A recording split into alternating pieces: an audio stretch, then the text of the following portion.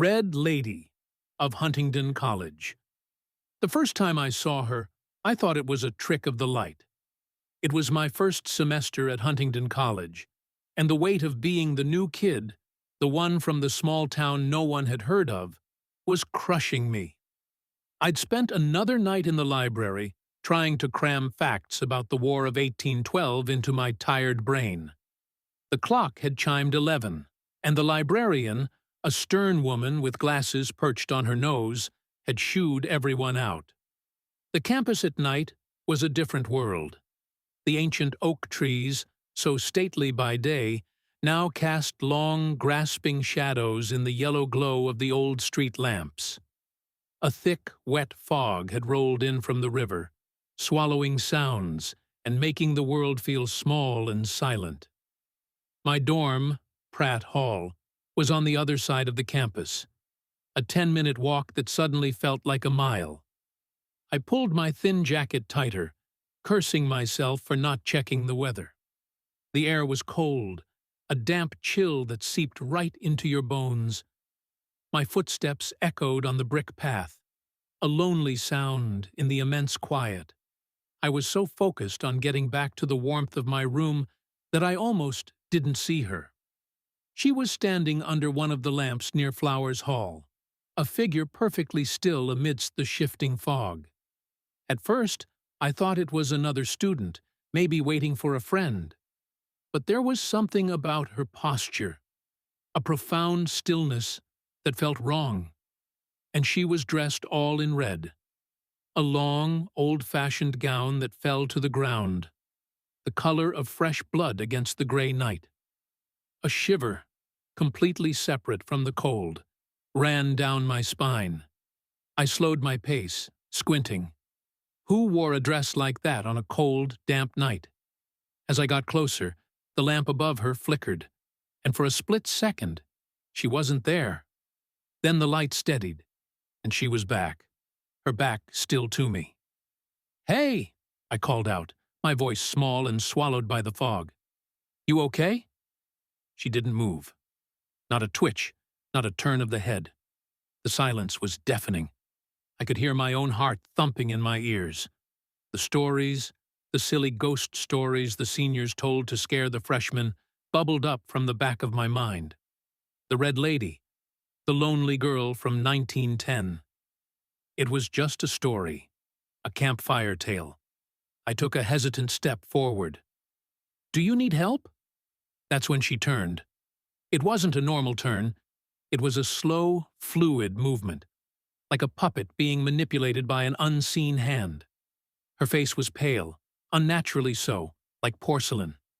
But her eyes, they weren't eyes. They were just dark, hollow pits, filled with a sadness so deep and ancient it made my breath catch in my throat. And her dress, that brilliant red dress, wasn't just red. In the lamplight, I could see it was wet, glistening as if soaked through. A single dark drop fell from her sleeve and hit the brick path with a soft, terrible pat. She didn't speak. She just looked at me, or through me, with those empty sockets. Then she raised a pale hand and pointed a single slender finger, not at me, but past me, towards the dark, gated entrance of Pratt Hall. I froze.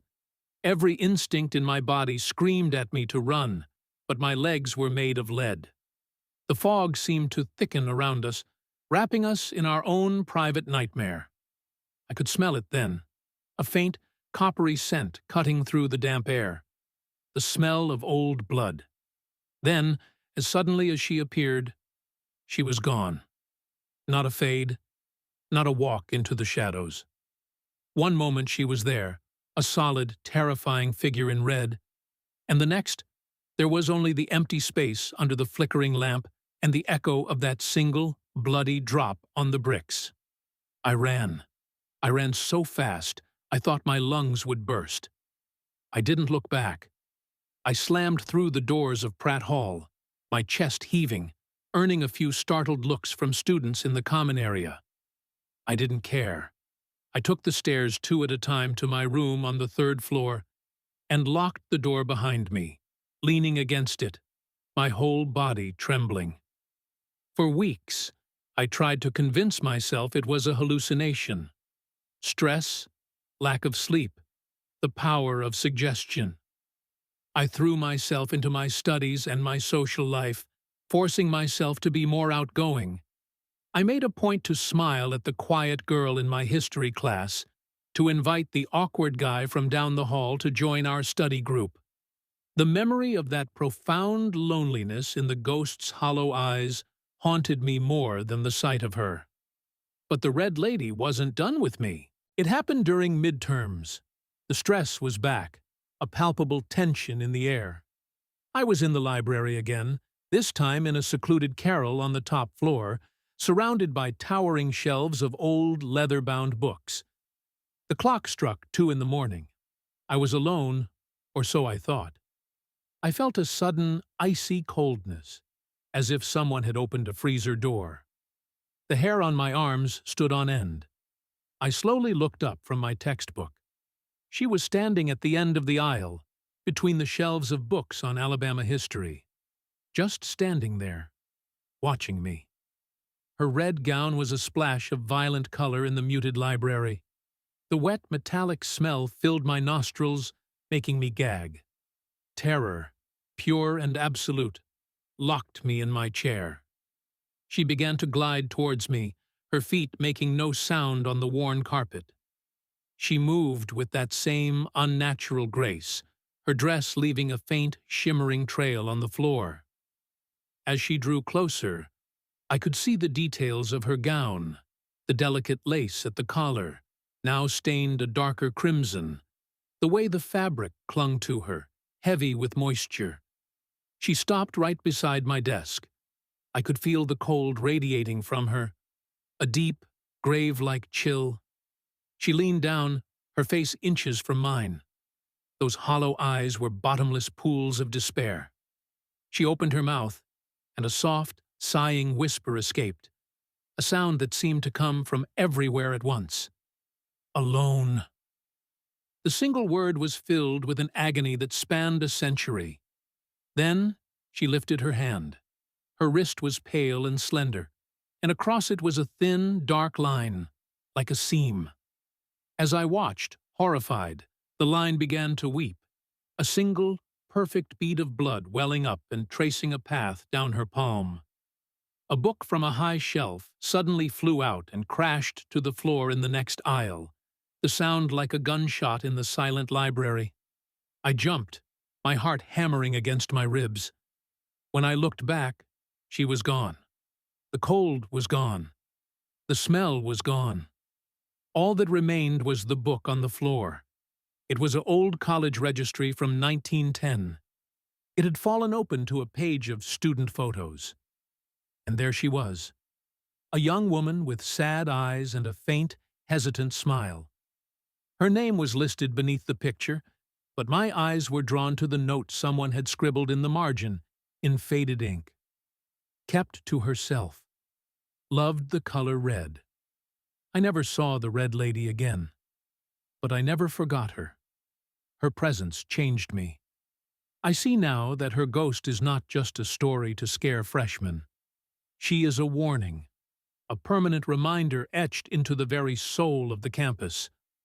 She is the consequence of isolation, the price of being left behind. She doesn't want to harm us. I think, in her own tragic way, she wants to make sure no one else is ever left to feel the deep, frozen loneliness that trapped her in that red dress, forever wandering the foggy paths of Huntingdon, utterly and eternally alone. The town of Blackwater had long since scrubbed the blood from its streets, but it could never wash away the stain of 1877. The old folks, the ones who'd heard the stories from their grandparents, still spoke the name in a whisper. Robert Schmale. He wasn't a misunderstood soul or a tragic figure. He was a monster. In the space of one blood-soaked night, he had butchered 3 families in their homes for reasons that were never uncovered. The trial was swift. The verdict a foregone conclusion. On October 13th, they hanged him from the great oak in the center of town. But justice for the people of Blackwater was not enough. Their rage was a living thing. They left his body there, a twisted, blackening puppet dancing in the wind for 3 days and 3 nights. Not a single soul cut him down. Not a single prayer was offered. They turned their backs, believing the horror was over. They were wrong. I moved to Blackwater a year ago for the quiet. I rented the old Miller place on the edge of town, a creaky Victorian house with a view of the woods. It was cheap, and I was a writer looking for peace. The locals were friendly, but they grew quiet when I mentioned the history. Best not to dwell on the past, the old man at the general store had told me, his eyes avoiding mine. The first sign was the crows. A murder of them took roost in the oak tree outside my window, their cawing a constant rasping chorus. I'd shoo them away, but they'd always return by nightfall. Then came the dreams. Vivid, terrible dreams of rope burn and the feeling of swinging, of a neck that would not break cleanly. I'd wake up gasping, my throat sore. One night, I was working late.